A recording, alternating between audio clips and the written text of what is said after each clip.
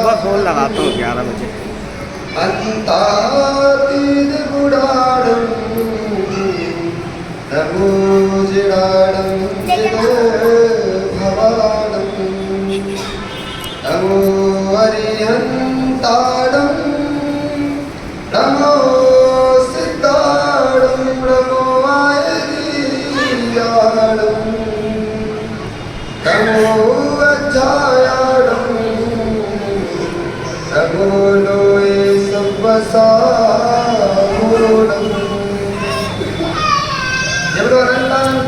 भगवान की जय। देवादिदेव खजानानाथ भगवान की जय। वर्तमान शासन नायक मूल्य महावीर भगवान की जय। आचार्य भगवान विशुद्ध सागर जी महाराज की जय। परवारीदास परिवसन महापर्व की जय। उत्तम क्षमा धर्म की जय।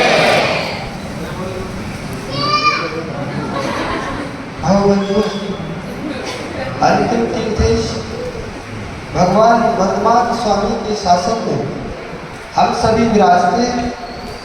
तीर्थंकर जिनेन्द्र की पीयूष देशना जिनेन्द्र वाणी मनीषियों जगत कल्याणी है।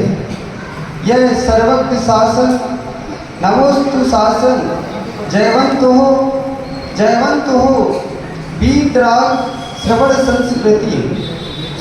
भगवत अरहत परमेश्वर तीर्थंकर जिनेश्वर देव ने इस संसार के संपूर्ण प्राणियों को सत्यार्थ का बोध प्रदान किया है। जब यह जीव संक्लेशता से संसार में दुख को प्राप्त कर रहा है, तब उस दुख की निवारण के लिए इस संसार में कोई उपाय है, उसका नाम जिनवाणी ही है। मात्र इस पंचम काल में एक जिनवाणी ऐसा साधन है जिसके माध्यम से व्यक्ति अपने दुख से मुक्ति प्राप्त करके और सुख को प्राप्त कर सकता है। ये अपना जैनों का सबसे बड़ा पर्व परवादी राज पर्युषण पर्व आया हुआ है, जिसके उपलक्ष्य में हम सब यहाँ उपस्थित हुए हैं। ज्ञानियों, सबसे पहले अपन को इतना ही समझना है कि पर्व होता क्या है। देखो, अपन पर्युषण पर्व कब से मना रहे हैं, लेकिन अपन को ये भी नहीं पता कि पर्व होता क्या है। गौरव भैया, पर्व क्या होता है? लोगों की दृष्टि में आप देखोगे तो लोगों ने पर्व संज्ञा किसको दी है? लोगों के पर्व आते हैं अच्छा खाना, अच्छा पीना, घूमने जाना और मौज मस्ती करना। क्या इसका नाम पर्व है?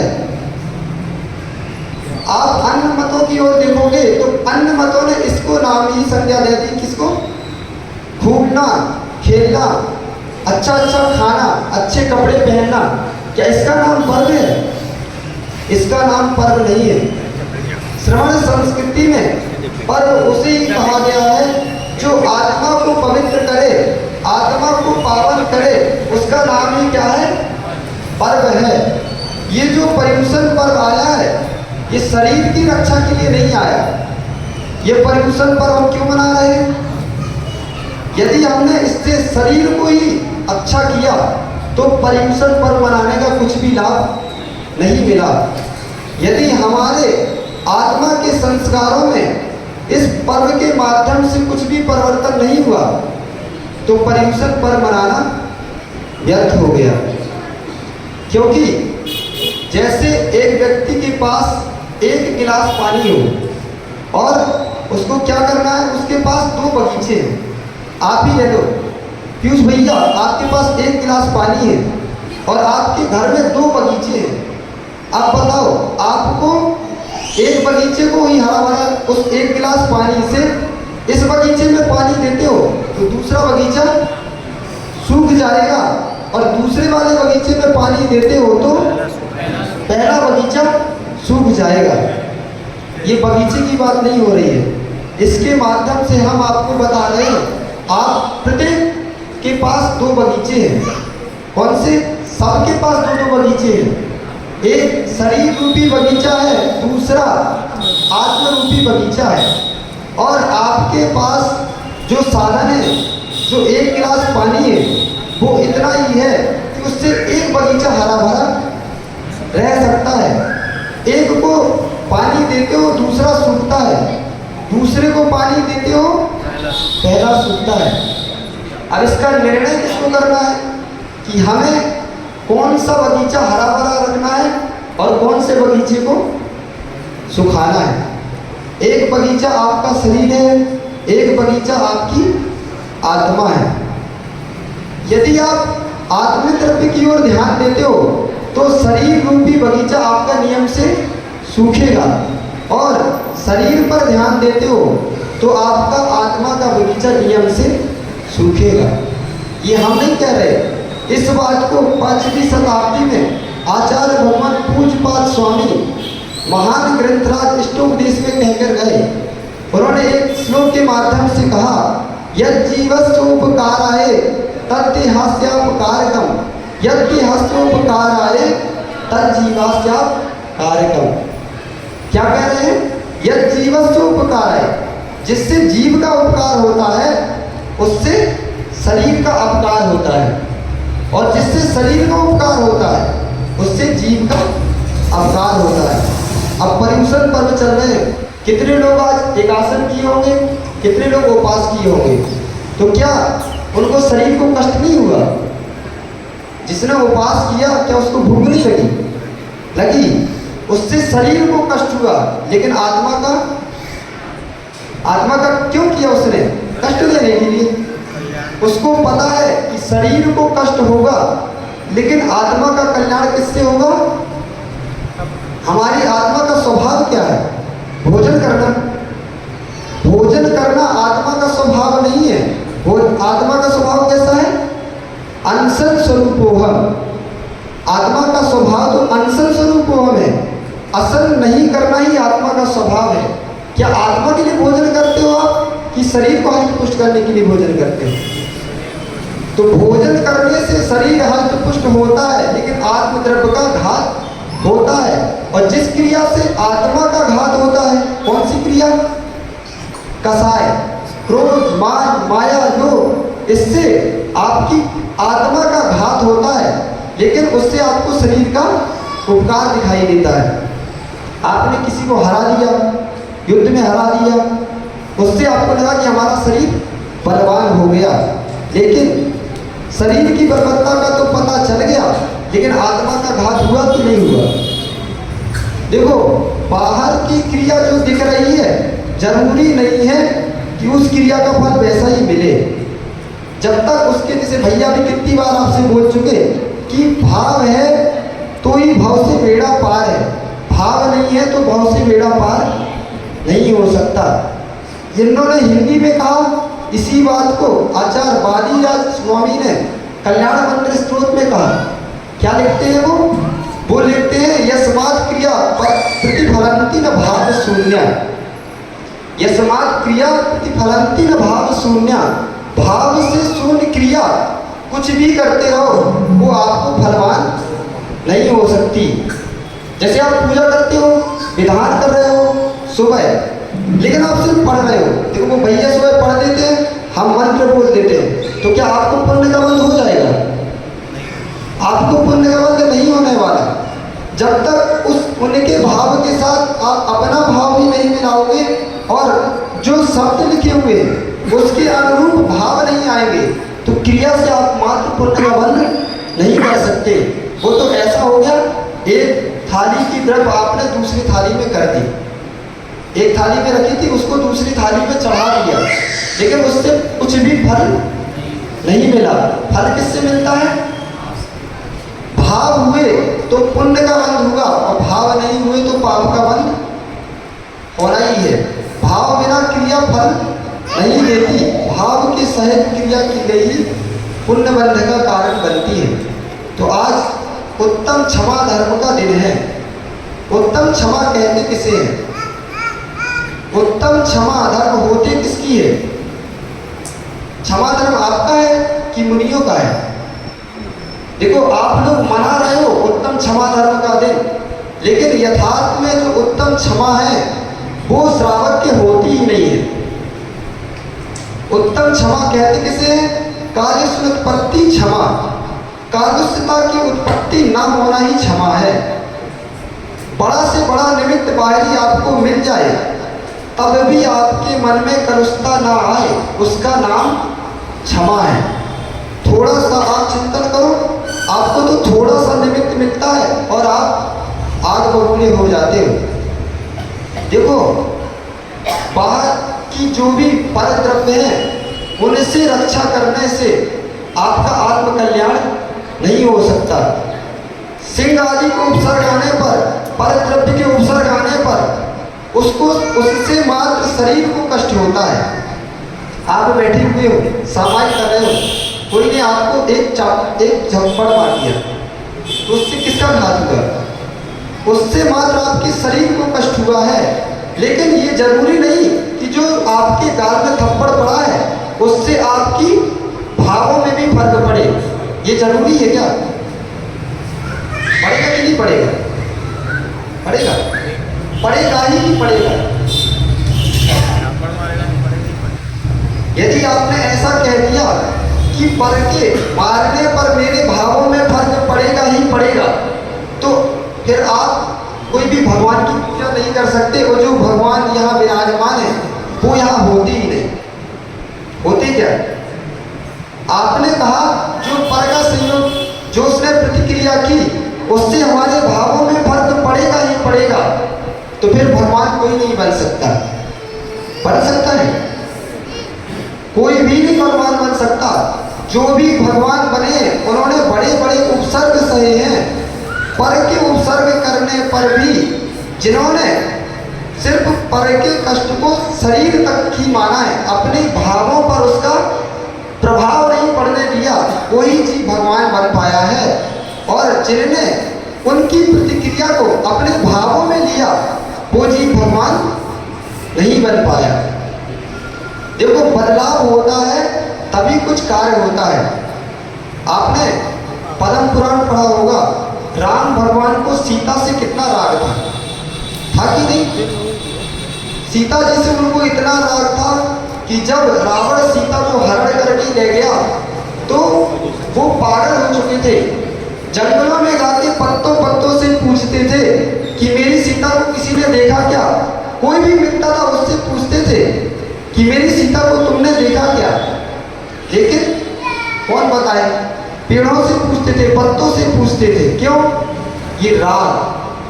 संसार में व्यक्ति को जो दुख हो रहा है वो पर निमित्त से नहीं हो रहा है, परंतु मात्र निमित्त बन रहे हैं। यदि राग आपके मन में नहीं हो, द्वेष आपके मन में नहीं हो, तो जीव को दुख हो ही नहीं सकता है। आपको लगता है कि शत्रु हमें कष्ट दे रहा है, लेकिन शत्रु के प्रति आपके मन में द्वेष भाव नहीं हो तो आपको कष्ट हो ही नहीं सकता है।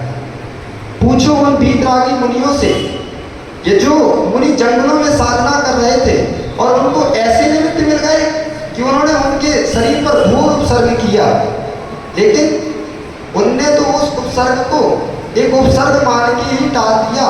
उनके प्रति थोड़ी सी भी कलुषता जो उनके प्रति क्या कर रहा है, उनको कष्ट दे रहा है, लेकिन उनके मन में उस व्यक्ति को भी कष्ट देने की भावना है, इसका नाम है उत्तम क्षमा।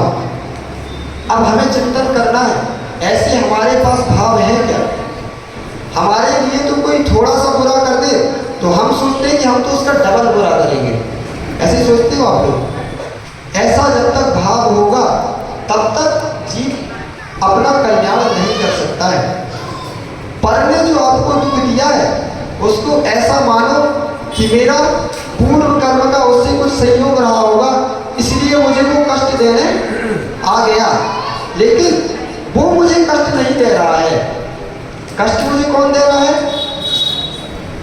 पूर्व का कर्म ही मेरा वो निमित्त बन के आया है कि मुझे कष्ट दे रहा है।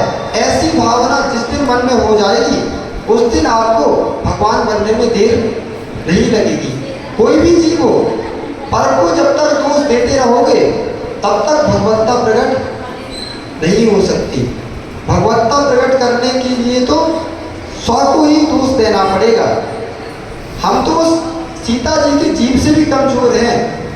सीता जी के जीव को जब राम ने जंगल में छुड़वा लिया, जबकि वो गर्भवती थी, कृतांत वक्र के माध्यम से मायाचारी करके कृतांत वक्र से कहा कि सीता जी से कहो कि आपको तीर्थों की वंदना करने के लिए भेजा जा रहा है, और ऐसा कहकर राम ने सीता को कृतांत वक्र के साथ घनघोर जंगल में छुड़वा दिया। लेकिन जब घनघोर जंगल में उसका रथ पहुंचा और कृतांत वक्र उतर के नीचे रोने लगता है, तो सीता क्या पूछती है कि आप रो क्यों रहे हो? हम तो तीर्थ वंदना के लिए जा रहे हैं, ये खुश होने की बात है, रोने की कौन सी बात है? तो कृतांत वक्र क्या कहता है? पद्म पुराण में बहुत अच्छी बात लिखी है। उसने एक बात कही सीता जी से कि माते, क्या बोला? माते, किंकर से कुकर श्रेष्ठ होता है। समझ में आया? किंकर से कुकर श्रेष्ठ होता है। किंकर यानी दूसरे की नौकरी करने वाला, और कुकर यानी कुत्ता। उसने माते से कहा कि हे सीते माता, किंकर से कुकर श्रेष्ठ होता है। किंकर को वही करना पड़ता है जो उसको राजा उसको आज्ञा देता है। उससे अच्छा तो कुकर होता है जो पूंछ हिला के आजादी से घूमता है। लेकिन उससे भी बुरी हालत किसकी होती है? कुकर, किंकर की। और आज की परिस्थिति देखें तो सब किंकर बनने के लिए घूम रहे हैं। किंकर जो बन जाता है वो सबसे ज्यादा खुशी होता है। सही कह रहे हैं? खुद का बिजनेस है, खुद का मकान है, सब कुछ है, लेकिन जॉब नहीं लगी तो वो दुखी है व्यक्ति। तो किंकर बनने के लिए खुद परेशान हो रहा है व्यक्ति आज। लेकिन वहां कृतांत वक्र ने कहा कि किंकर से कुकर श्रेष्ठ है कि वो आजादी से घूम तो सकता है।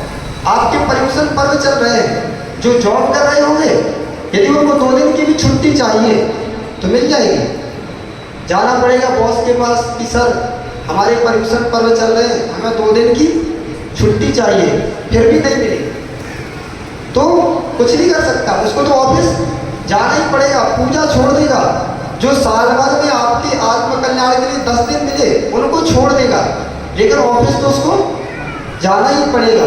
लेकिन जिसकी खुद की दुकान है वो स्वतंत्र है।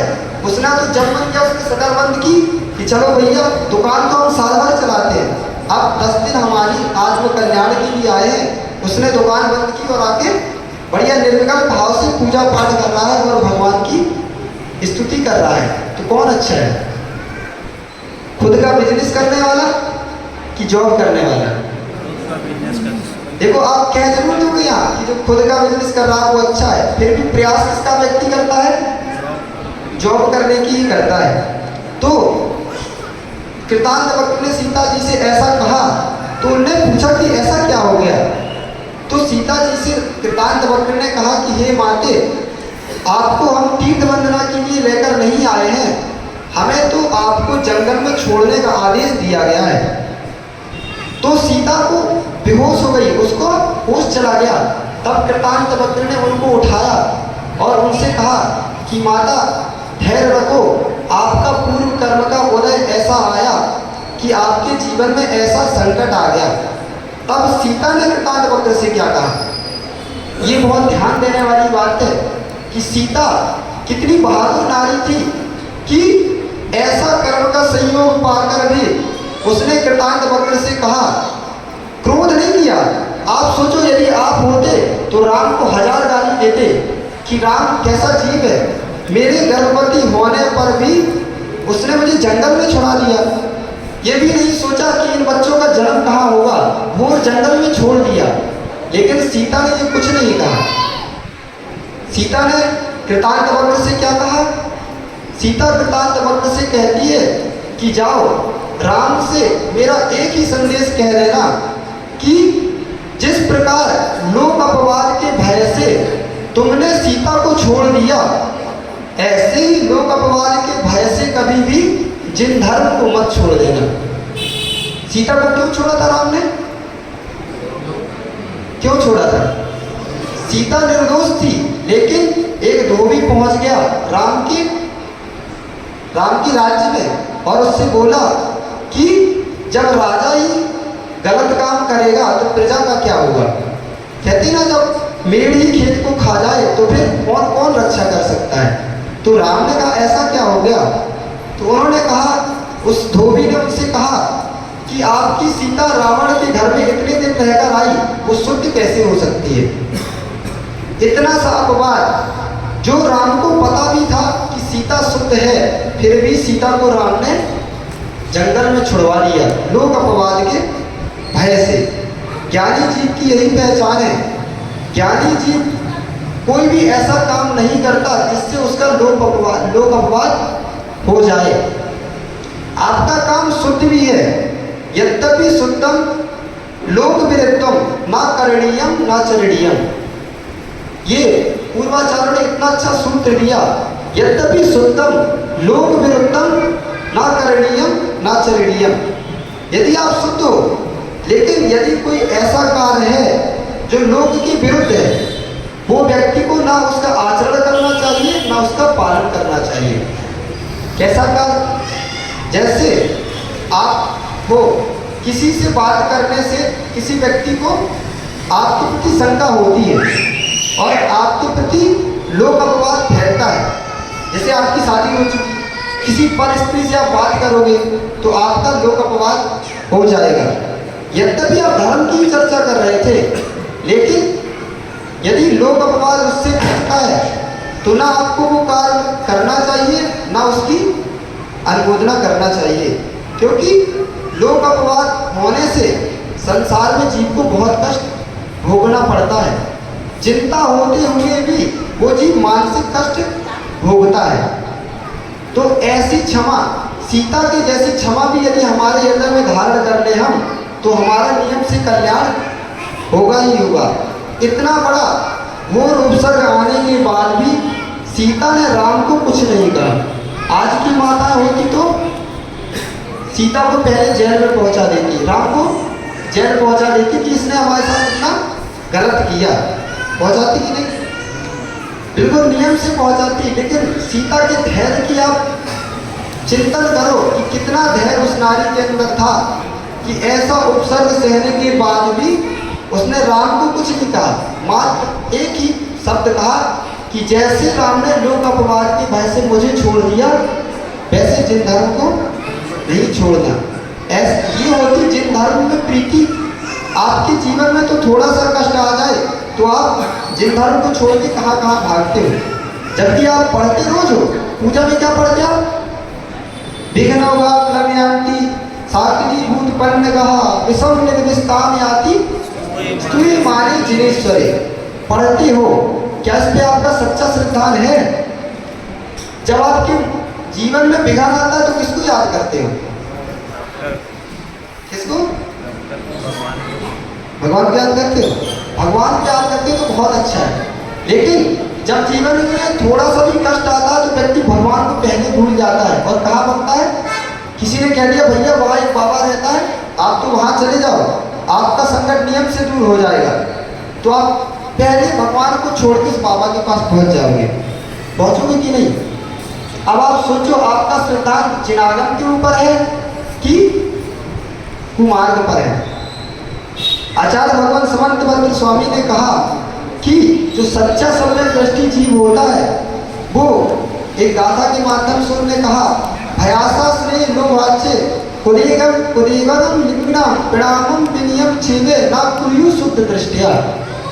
शुद्ध सम्यक दृष्टि जीव जो होता है, ना भय से, ना आशा से, ना तृष्णा से, सच्चे देव सात गुण के अलावा इस माथा को कहीं भी नहीं झुकाता। ये माथा आपका नरियल नहीं है कि जहाँ मन पड़ा वहाँ पटक दिया। ये माथा आपकी श्रद्धा की पहचान है। माथा झुकता कहाँ है? आपका माथा कहाँ झुकता है? जहाँ आपकी श्रद्धा होगी, नमस्कार करना आपको क्रिया दिखाई दे रही है कि ये व्यक्ति नमस्कार कर रहा है, ये क्रिया दिखाई दे रही है। लेकिन उसके मन में यदि वीतरागी प्रभु देव शास्त्र गुरु के प्रति श्रद्धा नहीं होगी तो ये माथा झुक ही नहीं सकता है। बिना आपको व्यवहार में दिखाई दे रहा है कि कोई व्यक्ति भगवान को नमस्तु कर रहा है, ये क्रिया मात्र दिखाई दे रही है, लेकिन क्रिया ही नहीं है। उसके मन में श्रद्धा नहीं होगी तो झुकेगा क्या? झुक भी सकता है। एक दृष्टि और भी है, मायाचारी से झुक सकता है, दिखाने के लिए झुक सकता है। और ऐसा आज नहीं, पूर्व में भी हुआ है। जैसे आपको किसी को क्या करना है, अपने प्रति आकर्षित करना है। एक जिनागम में कथा आती है, श्रेणिक चरित्र जिसने पढ़ा होगा, तो राजा श्रेणिक को जब उसने चेलना रानी का चित्र देखा और उस पर वो मोहित हो गया, तो उसने क्या कहा, वो बीमार पड़ गया और उसको जीना दुर्लभ हो गया। तो उसके बेटे अभय कुमार ने उससे पूछा कि पिताजी आपको ऐसा क्या हो गया कि आप बीमार पड़ गए? तो उसने अपने बेटे से कहा कि बेटे मेरा मन एक स्त्री पर रीझ गया। उसने पूछा वो कौन सी स्त्री है? तो उन्होंने बताया कि एक चेलना नाम की रानी है, वो बहुत सुंदर है और जब तक वो मुझे प्राप्त नहीं हो जाएगी जब तक अब मुझे सुख भी नहीं मिल सकता। तो अभय कुमार ने क्या किया, राजा श्रेणिक बौद्ध धर्म को मानने वाला था, लेकिन उसने और रानी चेलना जो थी वो पक्का जैन धर्म मानने वाली थी। उसने कहा कि जैन धर्म को मानने वाली रानी बौद्ध धर्म को मानने वाले से कभी भी शादी नहीं कर सकती। उसने क्या किया, सबसे प्रथम रानी चेलना के नगर में गया और वहाँ एक भव्य जिनालय का आविष्कार करवाया। जबकि वो मानता नहीं था, उसने भव्य जिनालय बनवाया और ऐसा अनुष्ठान करना प्रारंभ किया कि सब लोग देख के प्रभावित हो गए कि अरे ऐसा कौन सा जीव आया कि जो जिन धर्म पे इतनी बड़ी श्रद्धा रखता है। तो रानी चेलना को भी पता चला कि हमारे नगर में एक व्यक्ति ने एक भव्य जिनालय का निर्माण किया है और उसमें बहुत भक्ति पूर्वक वंदना करता है।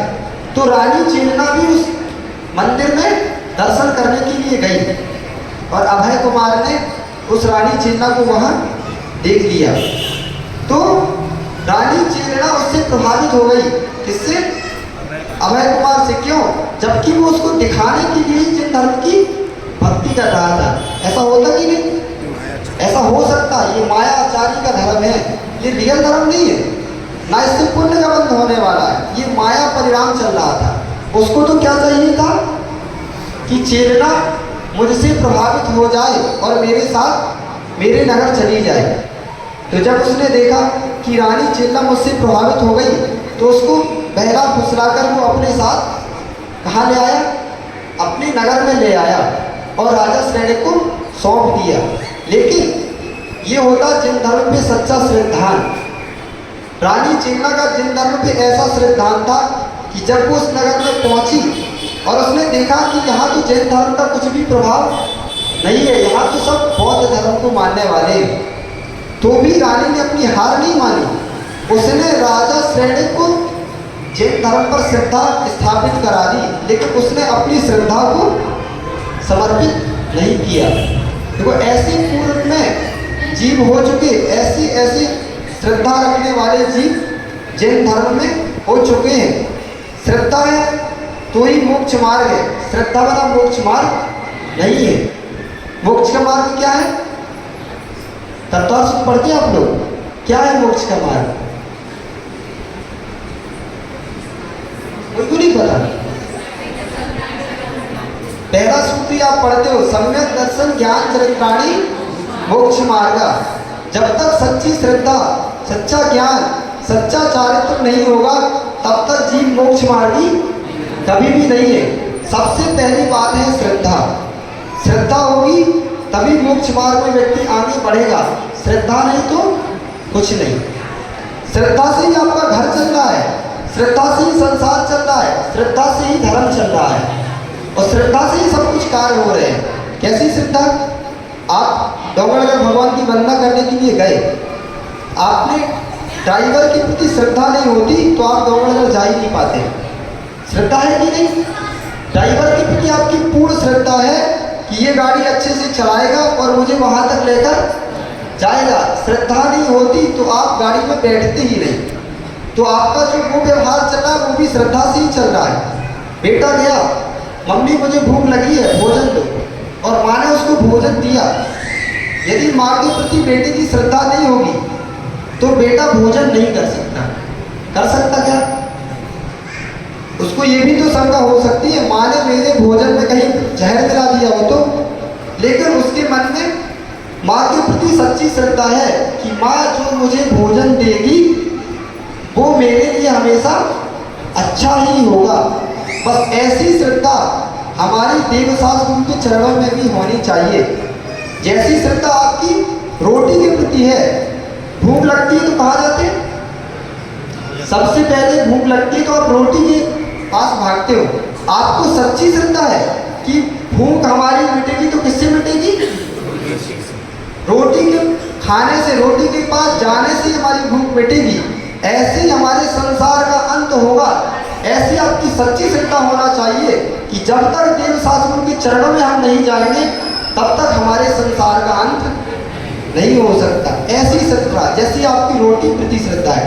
रोटी के प्रति तो सबकी श्रद्धा है, सबको पता है कि भूख लगेगी तो रोटी खाएंगे तो ही भूख मिटेगी। ऐसी श्रद्धा भगवान के चरणों में स्थापित कर लो कि जब भी हमारे संसार का अंत होगा तो किससे होगा? सच्चे देवशास्त्र गुरु के चरणों में जाने से ही हमारे संसार का अंत होगा। जब तक देवशास्त्र गुरु का सानिध्य नहीं मिलेगा तब तक जीव के संसार का अंत नहीं हो सकता। जैसे संसार में अनादि से आप भटक रहे हो, वैसे ही अनादि काल तक, अनंत काल तक भी संसार में भटकते रहोगे। तो ऐसी अपन को क्षमा धारण करना, आज इतनी क्षमा धारण न कर पाओ तो कम से कम अपने घर में देखो, इतने अच्छे अच्छे घर छोटी सी कसाय के कारण नष्ट हो जाते हैं। हंसता खेलता परिवार, जब क्रोध कसाय भड़कती है तो व्यक्ति को कुछ भी नहीं दिखाई देता। जो आपके घर में व्यवहार पल रहा है, रिश्ते पल रहे हैं, पिताजी का बेटा सम्मान कर रहा है, बेटा पिताजी का सम्मान कर रहा है, भाई बहन का सम्मान कर रहा है, बहन भाई का सम्मान कर रही है, कब तक कर रहे हो? जब तक कसाय नहीं भड़की तब तक ही आपका रिश्ता है। जिस दिन कसाय भड़कती है, बेटे को गुस्सा आ गई तो उसको पिता में पिता दिखाई नहीं देता, माँ में माँ दिखाई नहीं देती, ना उसको कोई भाई दिखाई देता है, ना कोई बहन दिखाई देती। सब लोग कैसे दिखते हैं? दुश्मन दिखाई देते हैं। तो क्या वो दुश्मन हो गए? दुश्मन कौन बना? कसाय जीव के भावों में जो आई है वो उसकी दुश्मन है, ना कि पर द्रव्य जो दिखाई दे रहा वो दुश्मन है। ऐसे ही हम पर द्रव्य को दोष देते हैं कि ये बुरा, ये बुरा, ये बुरा। कोई भी बुरा नहीं है संसार में, कोई भी वस्तु बुरी नहीं है। बुरा कौन है? हमारे भाव ही है। आचार्य भगवान कहा करते हैं, इस संसार में एक ही सूत्र है, किम सुंदरम किम असुंदरम। क्या इस संसार में सुंदर है, क्या इस संसार में असुंदर है? ये व्यक्ति की राग पे डिपेंड करता है। हम भैया से पूछे, भैया क्या संसार में सुंदर है?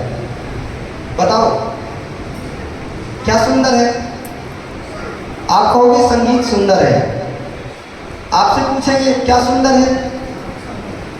पैसा सुंदर है। क्यों? पैसे से आपको राग है, इसलिए आपके लिए पैसा सुंदर है। और किसी और से पूछेंगे उसको क्या सुंदर है, कोई पूछेगा हमारा शरीर सुंदर है, लेकिन हम कहते हैं कि विष्ठा भी सुंदर है। सही है कि गलत?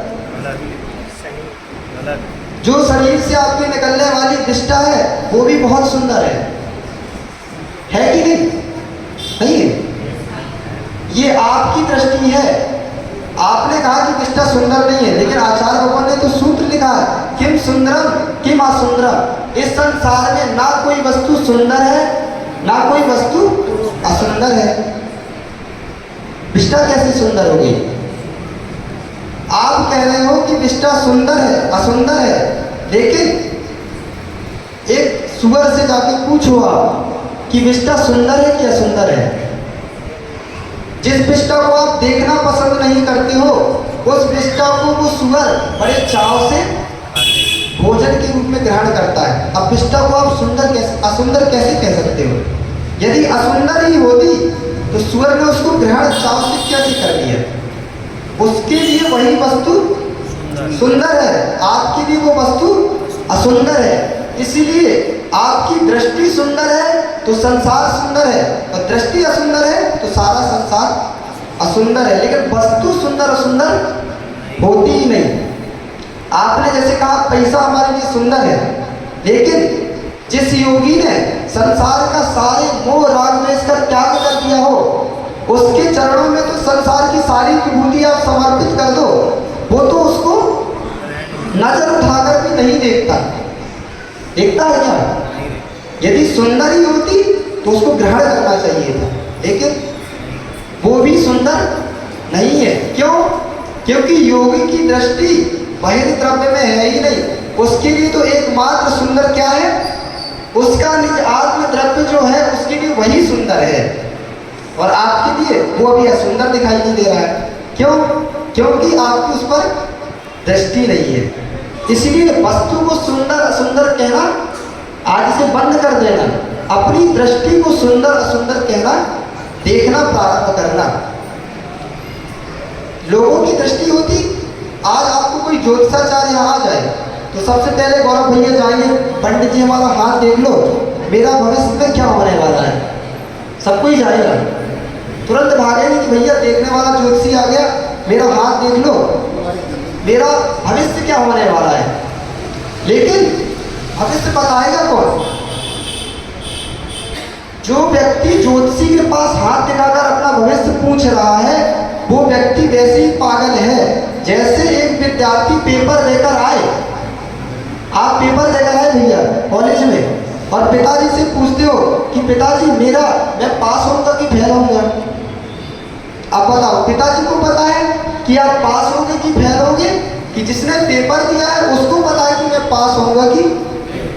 किसको पता है? पेपर दिया, लेकिन वो पूछता किससे? पिताजी से। और लोग जो भी मिलते सबसे पूछता है कि भैया मैं पास होऊंगा कि फेल होऊंगा। लेकिन सामने वाले को क्या पता कि आप पास होने वाले हो कि फेल होने वाले हो? जिसने कॉपी में लिखा है उसी को पता है कि मैं पास होने वाला हूँ कि फेल होने वाला हूँ। ऐसे ही ज्योतिषी के पास मत जाओ आज से कि पंडित जी बताओ कि मेरा भविष्य क्या होने वाला है। भविष्य आपको ही पता है, सबको भविष्य अपना पता है कि नहीं? नहीं पता आप लोग अपना भविष्य? नहीं पता। लेकिन जिनवाणी तो कहती है प्रत्येक जीव को अपना भविष्य पता है। प्रत्येक जीव, भगवान को तो पता ही, उनको तो केवल ज्ञान है, उनको तो भूत भविष्य वर्तमान सब युगपत दिखाई देता है। अवधि ज्ञानी मुनिराज और मनापरे ज्ञानी मुनिराज को भी पता है, लेकिन हम कहते हैं कि आपको भी अपना भविष्य पता है। कैसे पता है? नहीं पता।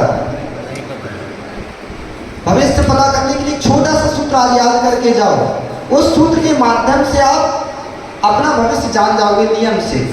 क्या सूत्र पढ़ना है? यथा मति तथा गति, तथा मति यथा गति। क्या बोला? यथा मति तथा गति, तथा मति यथा गति। बस ये सूत्र आप आज याद कर लो, फिर किसी ज्योतिषी के पास आपको जाने की जरूरत नहीं पड़ेगी। फिर ज्योतिषी के पास नहीं जाओगे, फिर किसके पास जाओगे? अपनी मति के पास जाना, अपने भावों के पास जाना। जो मेरी भावों की गति चल रही है वही मेरी भविष्य की गति होने वाली है नियम से, और जो भविष्य की गति होने वाली है वैसे जीव के भाव नियम से बनते हैं। ऐसा भी होता है। ऐसा कैसे होता है? इसका एग्जाम्पल है, राजा श्रेणिक ने जब यशोधर मुनिराज के ऊपर सर्प डाला था, तब तीव्र कसाय बस होकर उसने यशोधर मुनिराज के ऊपर सर्प डाल दिया। उस समय उसको काय का बंद हुआ? 7वीं नरक का बंद हो गया, नरक आयु का बंद हो गया। उसके बाद उसके मन में जिनागम के प्रति सच्ची श्रद्धा हो गई और छायक सर्वदृष्टि जीव बन गया। छायक सर्वदृष्टि जानते हैं? आपको तो यही नहीं पता कि हम सम्यक दृष्टि है कि नहीं, लेकिन राजा श्रेणिक तो नियम से छायक सर्वदृष्टि जीव था। अर्थात छायक का मतलब होता है 3 प्रकार के भाव होते हैं। कौन कौन से? तत्वासुख में पढ़ते 5 प्रकार के भाव होते हैं। कौन कौन से होते हैं? औपसमिक, छायको, भावो, मिश्रस, जीवस, स्वतंत्र, मौलिक, परिणाम को 4। ये 5 जीव के भाव हैं। उसमें से 3 भाव कौन कौन से? औपसमिक, छायोपसमिक और छायक। एक छोटे से एग्जाम्पल के माध्यम से आप समझ लो। आपके पास 2 गिलास पानी है, 1 गिलास पानी है उसमें मटमैला पानी है, उसमें मिट्टी घुली हुई है। वो कौन सा पानी है? भावों की दृष्टि से देखेंगे वो तो क्षयोपसमिक भाव है। उसमें शुद्ध पानी भी है और मिट्टी भी मिली हुई है, वो क्षयोपसमिक भाव है।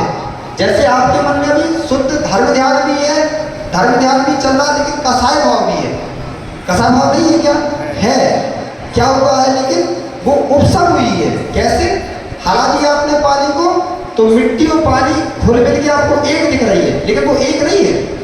मिट्टी अलग है, पानी अलग है। थोड़ी देर उसको शांत रख दो, गिलास को आप थोड़ी देर के लिए अलग रख दोगे, मिट्टी नीचे बैठ जाएगी, पानी स्वच्छ दिखाई देने लगेगा। ये कौन सा भाव है?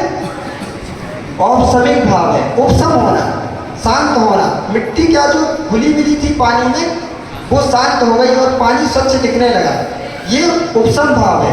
और क्षयोपसमिक भाव घुला मिला था। और छायक भाव क्या होता? अब आपने क्या किया, जो दूसरा गिलास था उसमें शुद्ध पानी को अलग कर दिया और मिट्टी को छोड़ दिया, अलग कर दिया। अब जो शुद्ध पानी था वो कभी गंदा होगा? नहीं होगा। क्यों? मिट्टी आपने उससे अलग कर दी, शुद्ध पानी अलग कर लिया। ये होता है छायक भाव। तो जो मिथ्यात्व था उसने राजा श्रेणिक ने मिथ्यात्व का पूर्ण अभाव कर दिया और वो छायक सम्यक जीव बन गया।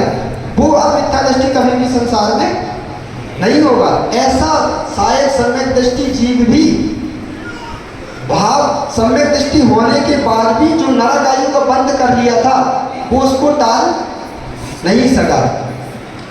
राजा श्रेणिक की मृत्यु कैसे हुई मालूम है किसी को? कैसे मृत्यु हुई राजा श्रेणिक की? आप लोग स्वाध्याय नहीं करते, बिल्कुल स्वाध्याय नहीं करोगे जब तक देखो तो ज्ञान की वृद्धि आपकी हो नहीं सकती। और जब तक ज्ञान की वृद्धि नहीं हो सकती तब तक आत्मा का कल्याण तो कभी भी हो ही नहीं सकता। ज्ञान के माध्यम से ही आप ये बोध करते हो कि ये कार्य हमारे लिए गलत है, ये हमारे लिए कार्य सही है। और ज्ञान ही नहीं होगा तो आत्मा का कल्याण कैसे होगा? तो राजा श्रेणिक की मृत्यु हुई थी आत्महत्या करने से। उसने क्या किया, जब उसके पुत्र कुणिक ने उसको जेल में बंद कर दिया, उसकी बहुत बड़ी कथा है, उसको अब इतने विस्तार में नहीं बता सकते। तो जब राजा श्रेणिक जेल में बंद हो गया तो कुणिक उसको बहुत वेदना देता था। अंत समय आया, देखो छायक सम्यक दृष्टि जीव होने के बाद भी उसके मन में ऐसे भाव क्यों आए कि उसने आत्महत्या कर ली? ये हम आपको क्यों बता रहे हैं? आप लोग ध्यान से नहीं सुन रहे। क्यों बता रहे हैं राजा श्रेणिक की कहानी? क्यों बता रहे हैं? हम आपको बता रहे थे यथा मति तथा गति, तथा मति यथा गति। तो राजा श्रेणिक का भाव ऐसा हो गया कि ये कुणिक मेरे को आ रहा है और मुझे फिर से यातना देगा। उसने क्या किया कि अपने आप को जो सलाखें लगी थी उससे ही अपने आत्महत्या कर दी। अब छायक सर्व दृष्टि जीव होने के बाद भी उसके मन में ऐसा भाव क्यों आया कि उसको आत्महत्या करनी पड़ी? कि उसकी गति पहले बंद हो चुका था। जब यशोधर राज के गले में सर्प डाला था तब उसको नरक गति का बंद हो चुका था, इसलिए उसकी ऐसी मति हुई। यदि आत्महत्या नहीं करता तो नरक में कैसे जाता?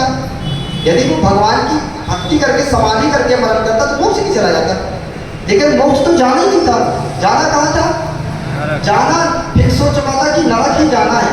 तो आत्महत्या करेगा, पाप करके मरेगा तो ही तो नरक जाएगा। तो जैसी गति होती है वैसी मति होना प्रारंभ हो जाती है। इसलिए अब किसी से मत पूछना कि हमारी गति कौन सी होने वाली है। कोई व्यक्ति बूढ़ा हो गया, आपके घर में दादा दादी होंगे, बहुत बूढ़े हो चुके होंगे, और आप जाओ गौरव भैया कहो कि दादाजी अब तो आपका समय 4 साल 5 साल 2 साल बचा है, अब तो पापों को छोड़ दो, जीवन पर आलू खाया, प्याज खाया, सब कुछ खाया, अब तो व्रत धारण कर लो। यदि तो कहें पागल हो क्या, अभी तो मुझे बहुत जीना, लाओ बिस्किट लाओ, रसगुल्ला लाओ खाने के लिए, इसका क्या मतलब निकल रहा है? कि इसका मतलब है कि उसकी खोटी गति का बंध हो चुका है। इसीलिए वो अंत समय में भी धर्म धारण करने की भाव नहीं बना पा रहा है। यदि उसकी शुभ गति बनने वाली होती तो उसकी मति हमेशा नियम से अच्छी हो जाती। इसलिए आज से किसी से पूछने मत जाना कि मेरी गति क्या होने वाली है। अपने अपने भावों को देखो। कसाय नरक जाने का उसमें सूत्र लिखा है, वैवारम परिक्रम नारकस्योसा। बहुत आरंभ और बहुत परिक्रम पर आपका राग जा रहा है। बस अब किसी से मत पूछना, समझ लेना कि मेरी नरक गति फिक्स हो चुकी है। माया त्रिगुणस्य, माया जारी कर रहे हो जीवन में, तो समझ लेना कि मेरी त्रियंश पर्याय फिक्स हो चुकी है। और अल्पारम परिग्रहत्म मानसस्य, अल्पारम और परिक्रम और संतोष के साथ जीवन जी रहे हो, समझ लेना भविष्य का बनने वाला मैं मानव हूँ। और देव कौन बनता है? वीडियो बन गया। सम्यक्तुम च, सम्यक दृष्टि जो जीव होता है वो नियम से स्वर्ग ही जाता है। सम्यक दृष्टि जीव कभी भी नरक नहीं जा सकता, मनुष्य भी नहीं बन सकता, उसको तो देव पर्याय नियत होती है। इसलिए हम अब आज तक आपने पर के भावों को खूब संभाला, परिवार को संभाला, संसार को संभाला और अपने व्यापार को संभाला। लेकिन संसार को संभालने से, व्यापार को संभालने से, परिवार को संभालने से, धन पैसे को संभालने से ना आज तक जीव का कल्याण हुआ, ना हो रहा है, ना भविष्य में कभी भी होगा। जीव का कल्याण किससे होगा? जब तक व्यक्ति अपने निज भावों को नहीं संभालेगा तब तक जीव का कल्याण नहीं हो सकता। तो पर के भावों को संभालने में तो कष्ट ही है। आप चाहते हो कि हमारा बेटा बिगड़ा हुआ है और उसको हम अच्छा कर ले, बहुत कष्ट आपको हो जाएगा, होगा कि नहीं? पर के भावों को संभालना बहुत कठिन है। तो आपके हाथ में तो ये है कि आप अपने भावों को संभाल लो, आप खुश हो जाओगे, सुखी हो जाओगे। तो पर के भावों को संभालना आज से बंद करो। पर्युषण पर्व में 10 दिन यही संकल्प लो कि जीवन निकल गया पर को संभालते संभालते। पर के संभालने से कल्याण नहीं हो सकता। जब तक हम निज भावों को नहीं संभालेंगे तब तक जीव का कल्याण नहीं हो सकता। तो कल्याण का भाव है तो उत्तम क्षमा धर्म है, तो कसाय का त्याग करे। कौन सी कसाय? उत्तम क्षमा की विपरीत में होती है क्रोध कसाय। क्रोध कसाय को अग्नि की संज्ञा दी है। जैसे अग्नि स्वयं जलती है पर को भी जलाती है, ऐसी क्रोध कसाय स्वयं को भी घात करती है और पूरे परिवार का, समाज का, राष्ट्र का ही घात कर देती है। करती कि नहीं? आपके घर में एक जीव कसाई हो जाए, क्रोधी हो जाए, उसके माध्यम से पूरा परिवार कष्ट भोगता है। तो जैसे कसाय के माध्यम से पर पूरा सब लोग कष्ट में आ जाते हैं, ऐसी कसाय हमारे मन में है तो हमारी आत्मा भी कष्ट में आ जाती है। इसलिए कसाय भाव का उत्सर्ग करें और क्षमा धर्म जो हमारी आत्मा का वास्तविक धर्म है उसको हम स्वीकार करें, उसी से ही आत्मकल्याण हो सकता है। एक छोटी सी बात और, आज उत्तम क्षमा धर्म का दिन है, तो आज कम से कम उससे क्षमा मांगना मत। क्या होता है, क्षमा व्यक्ति उससे मांगने जाता है जो उसका दोस्त होता है। यूज भैया, आपने किससे क्षमा मांगी? किसी से मांगी? नहीं मांगी। मांगता भी जीव है तो किससे? जो आपका परम मित्र होगा उससे आप कहोगे भैया उत्तम क्षमा, और जो आपके जान परिचित के लोग होंगे अपने घर वालों से उत्तम क्षमा। लेकिन जिससे आपका बैर बना है, पूर्व में लड़ाई हो चुकी है, आपके घर का भाई क्यों ना हो, यदि उससे आपका बैर है, उससे आप उत्तम क्षमा मांगने नहीं जाते हो क्या? तो फिर उत्तम क्षमा मांगने का मतलब क्या हो गया? क्षमा धर्म का मतलब ही नहीं निकला। जिसलिए वो आया था कि जिससे हमारी कसाय बंधी हुई है उससे हमें क्षमा मांगना और कसाय को नष्ट करना है, लेकिन उससे तो हमने क्षमा मांगी नहीं। तो आज अपने मन में चिंतन कर लेना, ध्यान कर लेना कि भैया ऐसा कोई संसार में जीव तो नहीं जिससे मेरी कसाय बंधी हो, और यदि बंधी हो तो बंधा जीव कभी मुक्त नहीं होता। जो बंधा वो मुक्त क्या होगा? उस समय तो नहीं होगा। इसलिए कसाय से जो जीव बंधा है वो सिद्धि को प्राप्त नहीं कर सकता। जब कसाय को छोड़ेगा तभी मुक्ति को प्राप्त करेगा। तो आज सब लोग मन में चिंतन जरूर करना, जिससे भी लड़ाई हो, बाहर वाले से घर वाले से, ऐसा जरूरी नहीं कि बाहर वाले से ही लड़ाई हो, बाहर वाले से ज़्यादा लड़ाई घर वाले से होती है। क्यों? क्योंकि बाहर वाला तो आपको 10 मिनट के लिए मिलता है, 24 घंटे में आधा घंटे के लिए मिलता है, लेकिन घर वालों के साथ आपको 24 घंटे रहना है। और आगम पढ़ के देख लो आप, बड़े बड़े मुनियों पर, महापुरुषों पर कष्ट कोई भी उपसर्ग किया गया है पर उन्हें नहीं किए। स्वयं के परिवार वाले थे, घर वालों ने ही उन पर उपसर्ग किया है नियम से। पांडवादी मुनिराज पर किसने उपसर्ग किया? उनका ही मामा था। गज कुमार मुनिराज पर उपसर्ग किसने किया? उनका ही ससुर था। यशोधर मुनिराज, कौन से महाराज? गज कुमार मुनिराज पर उनके ससुर ने उपसर्ग किया, पांडव मुनिराज पर उनके मामा ने उपसर्ग किया, और सुकौशल सुकुमार मुनिराज पर उपसर्ग किसने किया? उनकी भाभी, उनकी मां ने उपसर्ग किया। तो पर जितने हमारे लिए घातक नहीं है उससे घातक हमारे लिए हमारे घर के सदस्य है। इसलिए ये मत कभी सोचना कि अरे हमारा ही तो भाई, इससे क्या क्षमा मांगना, हमारी तो बहन, इससे क्या क्षमा मांगना। नहीं, यदि उससे भी आपकी कसाय है तो उससे भी क्षमा जरूर मांगना, क्योंकि घर में रहती ही कसाय भड़कती है। अभी क्या होता है, कसाय नहीं भड़कती क्योंकि घर के सदस्य होते हैं। आप दुकान चले गए तो आपके घर में लड़ाई नहीं होगी। कोरोना के काल में सबसे ज़्यादा घरों में लड़ाई हुई कि नहीं? क्यों हुई? कोरोना के काल में घर में सबसे ज़्यादा लड़ाई हुई। इसीलिए हुई क्योंकि घर से कोई बाहर निकलता नहीं था, सब घर में घुसे हैं। जब घर में सब आपस में रहेंगे तो नियम से 2 बर्तन रहेंगे जहाँ, और आपस में खनक ना हो, ऐसा कभी होता ही नहीं। इसीलिए कोरोना के काल में सबसे ज़्यादा लड़ाई हुई। घर में रहेंगे तो कुछ ना कुछ बातचीत होगी और लड़ाई होगी। तो अभी आपकी लड़ाई इसलिए नहीं हो रही कि घर का भाई है, उसने भोजन किया, चला गया कहाँ, दुकान आया, रात को 10 बजे थका हार आया, उसने भोजन किया, इसलिए बात ही नहीं होना, बेचारा सो गया, तो कहाँ से लड़ाई होगी? इसीलिए ये मत सोचना कि पर से ही हमारी लड़ाई होती है, हमारे घर में ही हमारी सबसे ज़्यादा लड़ाई होती है। इसलिए आज आपस में सब एक दूसरे से क्षमा मांगना, और जिससे लड़ाई हुई हो, कसाय बनी हो, उससे तो नियम से क्षमा मांगना, तभी आज हमारा उत्तम क्षमा धर्म का दिन सार्थक होगा। और कसाय का त्याग करोगे तभी हमारे आत्मधर्म प्रकट होगा।